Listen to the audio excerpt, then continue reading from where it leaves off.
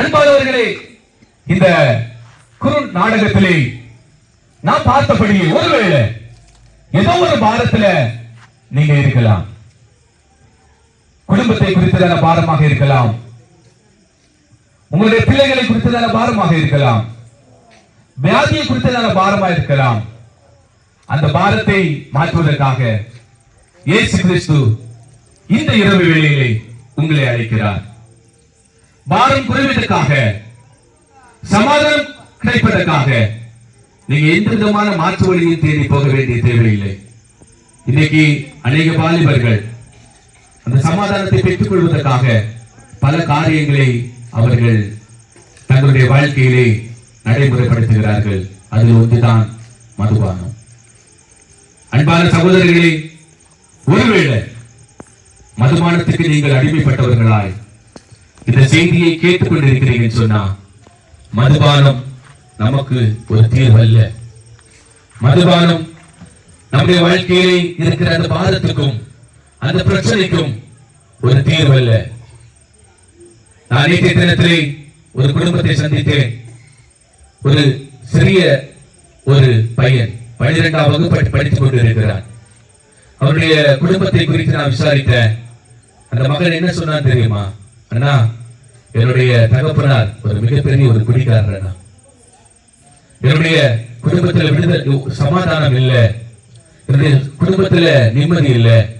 நான் கேட்டேன், அவர் ஒரு நாளைக்கு எத்தனை பாட்டில் வாங்கி அவர் மதுபானம் அருந்துவார் என்று கேட்டேன். இந்த தம்பி சொன்னாரு 3 பாட்டில். அல்ல கவனிங்க, 3 பாட்டில். ஒரு பாட்டில் எவ்வளவுன்னு கேட்டேன். அவர் சொன்னாரு 220 ரூபாய். 220 ரூபாய். அப்ப ஒரு நாளைக்கு 660 ரூபாய். அப்போ 30 நாள், ஒரு மாதம் 30 நாள் ஆகும் பொழுது எத்தனை தெரியுமா? கிட்டத்தட்ட ஒரு 19,800 20,000 நெருங்குகிறது. அன்பானவர்களே, இன்றைக்கு நாம் மதுபானத்தை அருந்தி அப்படியாவது ஒரு அந்த பாரத்தில் இருந்து, அந்த பிரச்சனையில் இருந்து ஒரு விடுதலை கிடைக்கும், ஒரு சமாதானம் கிடைக்கும், ஒரு தீர்வு கிடைக்கும் என்று சொல்லி நீங்கள் ஒருவேளை மதுபானத்துக்கு அடிமையாக இருப்பீர்கள் என்று சொன்னால், உங்களுக்கு ஒரு நற்செய்தியை சொல்ல விருப்பப்படுகிறேன். நீங்கள் எப்படிப்பட்ட பாரத்தில் இருந்தாலும், எப்படிப்பட்ட பிரச்சனையில் இருந்தாலும், மதுபானமோ இந்த உலகத்தில் இருக்கிற எப்படிப்பட்ட இன்பமோ அது உங்களுக்கு ஒரு பரிகாரம் இல்லை. உங்களுக்கு பரிகாரியாக ஒரே ஒருவர் இருக்கிறார், அவர்தான் இயேசு கிறிஸ்து. எப்படிப்பட்ட வியாதியாக இருந்தாலும், எப்படிப்பட்ட பிரச்சனையாக இருந்தாலும், எப்படிப்பட்ட கவலையாக இருந்தாலும், எப்படிப்பட்ட பாரமாக இருந்தாலும், நீங்கள் இயேசு அண்டையில் வரும் பொழுது உங்களுடைய பாரத்தை எடுத்து மாற்றிவிட்டு உங்களுக்கு ஒரு சமாதானத்தை தருவதற்காக, உங்களுக்கு ஒரு விடுதலை தருவதற்காக அந்த இயேசு கிறிஸ்து சிலுவைக்கு சென்றார். கல்வாரி சிலுவையில் தன்னை ஒப்புக் கொடுத்தார். தன்னுடைய இரத்தத்தை எல்லாம் சிந்தி தந்தார். ஒரு உண்மை சம்பவத்தை உங்களிடத்தில் பகிர்ந்து கொள்ள விருப்பப்படுகிறேன். ஒரு தாய்க்கு ஒரே ஒரு மகன். அந்த தாய் ஒரு சுண்ணாம்பு கரைசல் என்கிறதான ஒரு ஆலையிலே வேலை பார்த்துக் கொண்டிருந்தார். அந்த சிறு மகன் அவன் பள்ளிக்கூடத்துக்கு சென்று விட்டு அவன் தன்னுடைய வீட்டுக்கு கூட போகாமல் தன்னுடைய தாயை சந்திப்பதற்காக தாய் வேலை செய்கிற அந்த ஆலையில் வருவானாம். ஒரு நாளைக்கு என்ன நடந்தது தெரியுமா? பள்ளிக்கூடம் முடிந்து தன்னுடைய தாயை சந்திப்பதற்காக அந்த சுண்ணாம்பு கரைசல் என்கிறதான அந்த ஆலைக்கு தேடி தேடி வருகிறான். அந்த இடத்திலே தன் தாய் இல்லை. அவன் அந்த ஆலையிலே அங்கும் இங்கும் தன்னுடைய தாயை தேடி அலைந்து கொண்டிருக்கும் பொழுது திடீரென்று ஒரு பெரிய சுண்ணாம்பு கரைசலுக்குள்ளாக அவன் தவறு விழுந்து விட்டான். அவன் கண் உள்பகுதியெல்லாம் சுண்ணாம்பு கரைசல். நேரங்கள் செல்ல செல்ல அவருடைய அந்த கண் பாதிக்கப்பட ஆரம்பித்து விட்டது. ஓ அலறி அழ ஆரம்பித்து விட்டான். உடனே அந்த சிறு பையனை அங்க வேலை பார்த்துக் கொண்டிருந்த பெண்மணிகள் அவனை அப்படியே தூக்கி கொண்டு அந்த இடத்தில் உள்ள ஒரு வைத்தியத்தில் கொண்டு வந்தார்கள். அந்த வைத்தியர் என்ன சொன்னார் தெரியுமா? இவருடைய கண் பழைய நிலைக்கு வர வேண்டும் என்று சொன்னால் இவருடைய கண்ணின் உள்பகுதியிலே ரத்தம் விடப்பட வேண்டும். அந்த ரத்தம் விடப்பட வேண்டும் என்று சொன்னால் சீக்கிரமாக ஒரு ஆட்டுக்குட்டியை கொண்டு வாருங்கள். அந்த ஆட்டுக்குட்டியை அடைத்து அதனுடைய ரத்தத்தை இந்த சிறுவனுடைய கண்ணில் நாம் விடும் பொழுது அந்த சிறு பையனுடைய கண் நலமாகும்.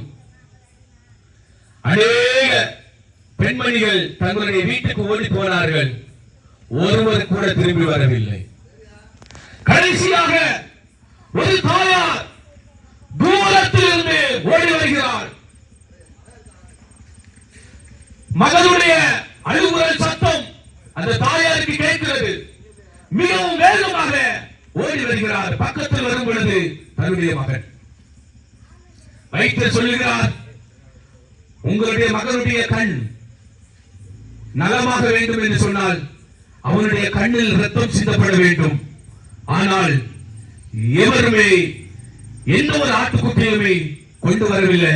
எல்லாரும் ஓடிவிட்டார்கள். உடனே தாய் என்ன செஞ்சார் தெரியுமா? ஒரு கத்தியை கொண்டு வந்து தன்னுடைய விரலை நீட்டி தன்னுடைய விரலை வெட்டினார். தன்னுடைய விரல் துண்டிக்கப்படும் பொழுது விரலில் இருந்து ரத்தம் வழிந்தோடுகிறது. தன்னுடைய விரலில் இருந்து வெளிப்பட்ட வந்து கொண்டிருந்த அந்த ரத்தத்தை தன்னுடைய ஒரே பேரான மகனுடைய அந்த அந்த கண்ணிலே கொஞ்சம் கொஞ்சமாக விட ஆரம்பித்தார். கடைசியாக அந்த மகன் அவருடைய அந்த கண் மறுபடியும் நலமாக மாறினது. அன்பானவர்களே, இந்த உண்மை சம்பவத்தின் மூலமாக நான் உங்களுக்கு என்ன சொல்ல வருகிறேன் என்று சொன்னால், நாம் சுண்ணாம்பு கரைசல் போன்ற பாவத்தின் அடிமைத்தனத்திலே மூழ்கி இருக்கும் பொழுது யாரும் நம்மை தப்பிக்க வராமல் எல்லாரும் ஓடி நம்மளை கைவிட்ட அந்த வேளையிலே 2025 ஆண்டுகளுக்கு முன்பாக நம்மளை தேடி ஒரு கடவுள் வந்தார். அவருடைய பெயர் தான் இயேசு கிறிஸ்து. பாவத்தின் வாரத்திலே சுண்ணாம்பு கரைசல் போன்ற அந்த கொடிய அக்கிரமத்திலே மூழ்கி கிடந்த நம்மை காப்பாற்றுவதற்காக, பரிசுத்தவான்களாக மாற்றுவதற்காக, சமாதானம் தருவதற்காக, நிம்மதி தருவதற்காக, இழந்து போன சமாதானத்தை, சந்தோஷத்தை, மோட்ச பாக்கியத்தை நமக்கு தருவதற்காக தன்னுடைய சரீரத்தில் உள்ள அனைத்து சொட்டு ரத்தத்தையும் நமக்காக சிந்தி தந்தார். வேதம் சொல்கிறது, நாம் பாவிகளாக இருக்கும் பொழுது அவர் நம்மேல் அன்பு கொண்ட நாளே நம்மேல் அவர் கொண்ட அந்த அன்பை வெளிப்படுத்தினார் என்று சொல்லப்பட்டு இருக்கிறது. தேவன் தம்முடைய ஒரே பேரான குமாரனை விசுவாசிக்கிறவர்களோ அவர் கெட்டு போகாமல் நித்திய ஜீவனை அடையும்படிக்கு அவரை தந்தருளி இவ்வளவாய் உலகத்தில் அன்பு கூர்ந்தார் என்று சொல்லப்பட்டு இருக்கிறது. வருத்தப்பட்டு பாரம் சுமக்கிறவர்களே, நீங்கள் எல்லாரும் என்னிடத்தில் வாருங்கள், நான் உங்களுக்கு இளைப்பாறுதல் தருவேன் என்று இயேசு சொல்லுகிறார். நானே வழியும் சத்தியமும் ஜீவனுமாய் இருக்கிறேன் என்று இயேசு சொல்லுகிறார். அன்பானவர்களே, ஒவ்வொரு வருடமும் நாம் கிறிஸ்துமஸ் பண்டிகையை கொண்டாடுகிறோம். இனி காலங்கள் செல்வதில்லை, நாம் கடைசி நாட்களில் வந்து விட்டோம். ஆனால் நமக்கு ஒரு நம்பிக்கை என்ன தெரியுமா? நம்முடைய இயேசு கிறிஸ்து சீக்கிரமாக வரப்போகிறார்.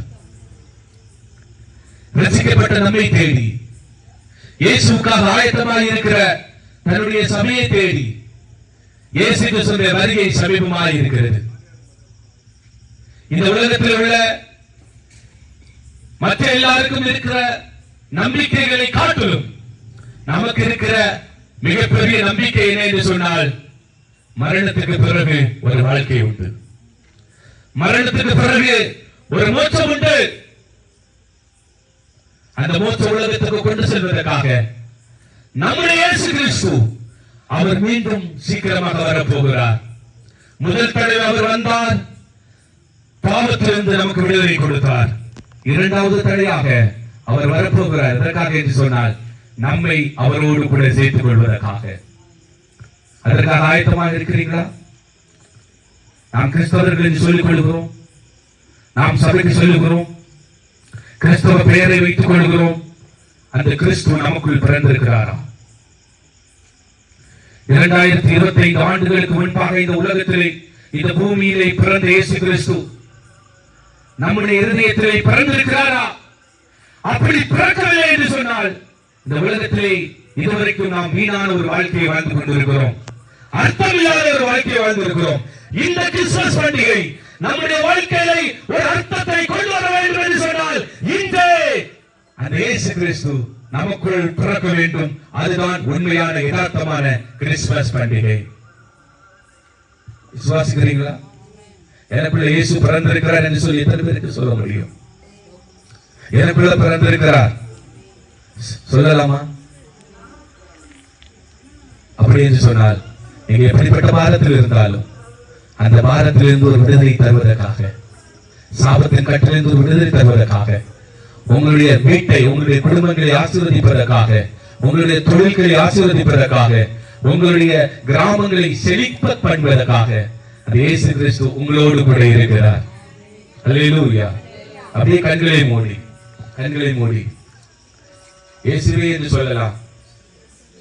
இயேசுவே, ஒருவேளை நீங்க எப்படிப்பட்ட பாரத்தில் இருந்தாலும் எனக்கு இந்த பாரத்திலிருந்து ஒரு விடுதலை வேண்டும், வியாதியிலிருந்து எனக்கு ஒரு விடுதலை வேண்டும், இப்படிப்பட்ட பிரச்சனையிலிருந்து எனக்கு ஒரு விடுதலை வேண்டும், என் கணவர் குடிக்காரரா இருக்காரு, இல்ல என்னுடைய மகன் குடிக்காரரா இருக்கிறாரு, அவர்களுக்கு ஒரு விடுதலை வேண்டும் அப்படின்னு சொல்லிட்டு ஏதோ ஒரு விடுதலைக்காக நீங்க இந்த இடத்துல இருக்கிறீங்கன்னு சொன்னா அப்படியே நீங்க இருக்கிற இடத்துல அப்படியே எழுப்பி நின்று நீங்க முன் வரலாம். உங்களுக்காக தனிப்பட்ட முறையில ஜெபிக்க நாங்க கடமைப்பட்டு இருக்கிறோம். அப்படியே எழுப்பி நிற்கலாம். எழுப்பி நின்று அப்படியே நீங்க முன்னாடி வரலாம். ஏதோ ஒரு பாரம், ஏதோ ஒரு வியாதி, ஏதோ ஒரு பிரச்சனை, ஏதோ ஒரு பிசாசின் கிரிய என்ன தொடர்கிறது, என் குடும்பத்தை பின்தொடர்கிறது, ஒரு சாப கட்டு, அதை நான் உணர்கிறேன், என் குடும்பத்தில் உணர்கிறேன். இன்னைக்கு அதுல இருந்து எனக்கு ஒரு விடுதலை வேண்டும் அப்படின்னு சொல்றவங்க மட்டும் எல்லாரும் இல்ல.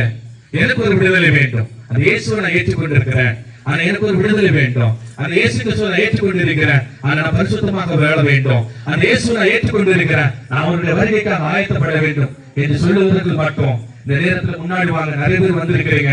நிச்சயமாகவே உங்களுடைய வாழ்க்கை ஆசீர்வதிக்கப்படும். உங்களுடைய குடும்பத்தில் உள்ள பாவ கட்டுகளை கர்த்தர் உடைக்கிறார், சாப கட்டுகளை கர்த்தர் உடைக்கிறார், உங்களுடைய குடும்பத்தில் ஒரு விடுதலை தருகிறார்.